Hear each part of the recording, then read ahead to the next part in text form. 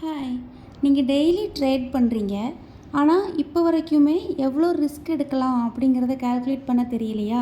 நீங்கள் கண்டிப்பாக பார்க்க வேண்டிய வீடியோ தான் இது. பிகினர்ஸாக இருக்கிற எல்லாருமே அவங்க ஸ்டார்ட் பண்ணும்போது ரிஸ்க் அண்ட் மணி மேனேஜ்மெண்ட்டில் கண்டிப்பாக ஸ்ட்ரகிள் பண்ணுவாங்க. அதுக்கு என்ன பண்ணலாம் அப்படின்னு ஒரு சிம்பிள் ட்ரிக் இந்த வீடியோவில் சொல்லியிருக்கேன். ஃபுல்லாக பாருங்கள். ரிஸ்க் மேனேஜ் பண்ணுறது தான் ப்ராஃபிட்டபிள் ட்ரேடிங்க்கு இம்பார்ட்டன்ட் கீ ஃபேக்டர்னு சொல்லலாம். இந்த ட்ரிக் என்னன்னு பார்க்கலாமா? ஒரு ட்ரேடுக்கு 2% ரிஸ்க் எடுக்கலாம். அதுதான் என்னோடய ஃபஸ்ட் க்ரைட்டீரியாவாக இருக்கும். ஒவ்வொரு சிங்கிள் ட்ரேட் நான் என்டர் ஆகும் போதும் என்னோடய அக்கௌண்ட்டில் இருந்து 2% நான் லாஸ் ஆகிறேன்னு வச்சுக்கலாம். ஃபார் எக்ஸாம்பிள், என்னோடய அக்கௌண்ட்டில் 5000 ருபீஸ் இருக்குது அப்படின்னா நான் அதில் 100 ருபீஸ் மட்டும்தான் ரிஸ்க் எடுப்பேன் ஒரு ட்ரேடுக்கு. இதுலேயே இன்னொரு விஷயம் என்னென்னா, வீக்லி ரிஸ்க் பர்சன்டேஜ், அதாவது ஒரு வீக்குக்கு 6% லாஸ் ஆகிற வரை நம்ம ரிஸ்க் எடுக்கலாம். அப்படியானா நான் ஒரு ட்ரேடுக்கு 2% அப்படிங்கிற மாதிரி வீக்லி டோட்டலாக 3 ட்ரேட்ஸ் ரிஸ்க் எடுக்கிறேன்.